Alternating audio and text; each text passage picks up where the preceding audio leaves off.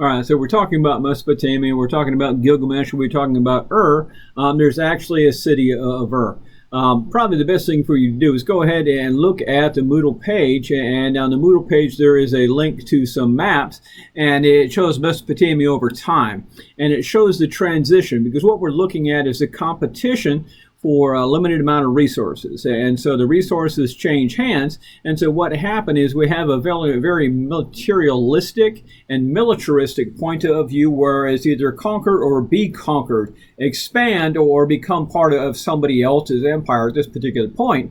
And so we have quite a few cities in this area. Most of them are walled, most of them are competing. One of the first ones we look at is going to be Ur. Another one when we start to look at is we're going to be looking at Sumer. The way the system works as far as Ur is a couple of things. Sumer, we're going to look at a couple of things as well. You're looking at an evolution we invent. The evolution invention is this. There are certain problems that we have. There's certain environmental issues that we have. There's certain climatic issues that we have. And so we invent things to overcome the issues and the problems that we have. Here it's arid. All right. So yes, it's arid, but also there's a river system and there's floods.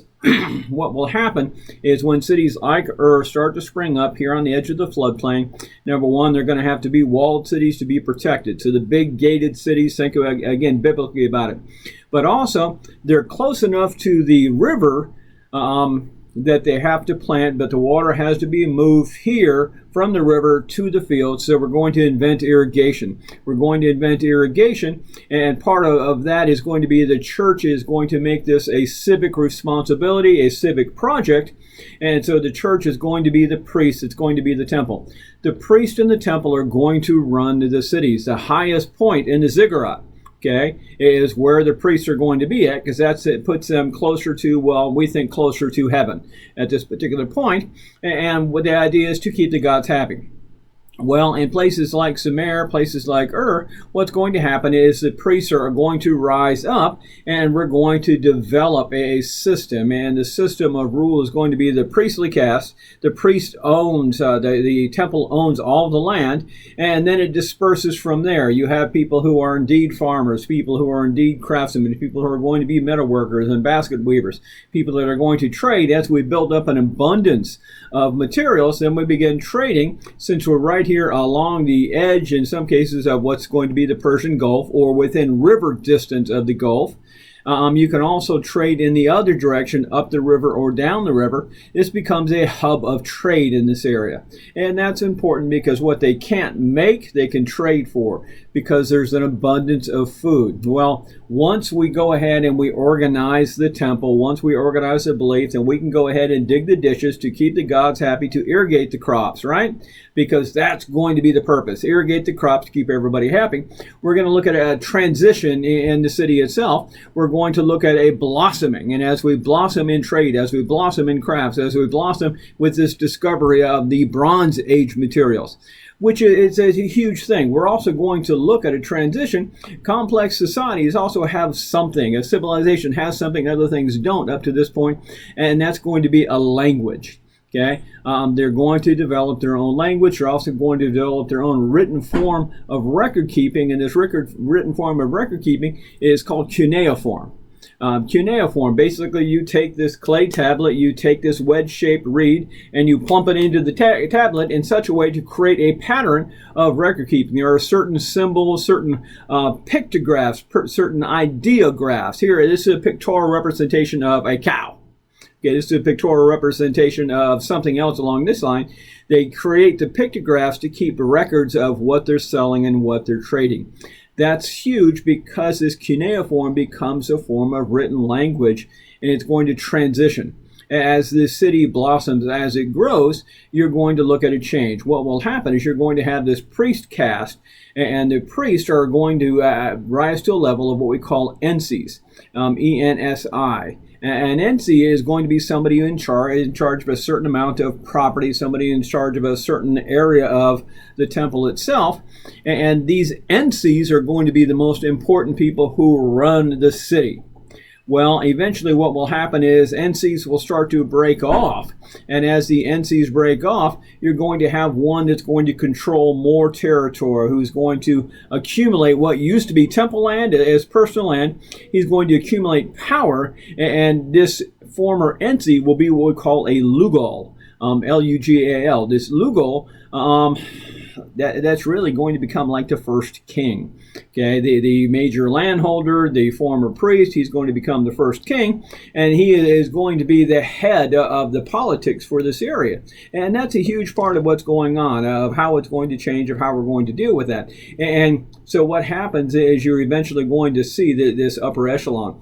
Well, what will happen is you're going to see in transition in places like Sumer, and you're going to see the birth of a new figure. The birth of this new figure is a guy named Sargon. Okay, and Sargon is going to found the Akkadian Empire. And Sargon has an interesting backstory, and some of it you probably already know. Sargon was born to a priestess of the temple, which is a no-no because priestesses aren't allowed to have children. But he's born to a priestess of the temple, and since she's not allowed to have children, this was thought to have been conceived possibly by either a landlord, a king, or perhaps a gift from the gods.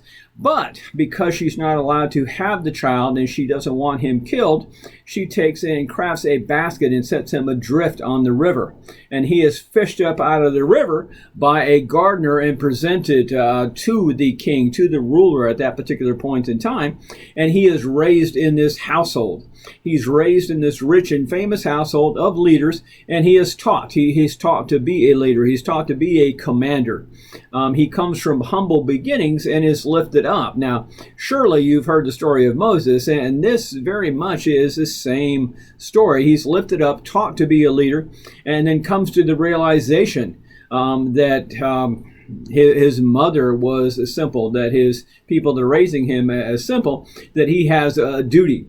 And so what happens, in spite of his raising, he joins the service. He joins the army, comes up in the army, becomes a great commander, and feels that it is his duty to lead the people. And so what's going to happen is he's going to go ahead and become a city, but he's also going to become a member of the priesthood in such a way that he is going to combine the priesthood and the idea of being a king to lead the people in such a way that he says, listen, I'm not just a king, but I'm a good shepherd to the people. And they're my flock, and I'm going to lead them. So you should be hearing refrains of some other things along the way, because what he wants to do is shepherd his people with goodness and lead them in a way that they're going to be lifted up to be the best that they can. He's going to form the Akkadian Empire, and the Akkadian Empire will go ahead and conquer surrounding territories. They will conquer surrounding cities to create this great vast empire itself in just Mesopotamia.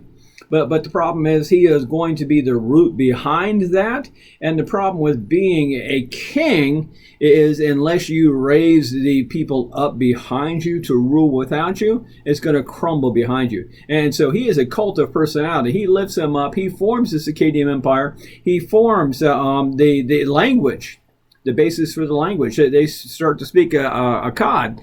And what will happen is when he dies, it's going to slowly start to crumble behind him. And that's important because part of that crumbling process is going to be the evolution of technology and the evolution and usage of the technology. In this case, it's going to be this irrigation that is going to be the downfall of the people, because what's going to happen is every time they irrigate, they are close enough to the delta, they're close enough to the ocean to where there's a higher saline content in the water. Well, this increased saline content in the water is going to increase the salinity of the actual soil, which is going to affect the output of the crops and how much they can grow. And what will happen is this will lead to some food instability and some political instability, and there's going to be a downfall from there. So what I want to do is I want to pick up next and talk about Babylon, which is the next empire up.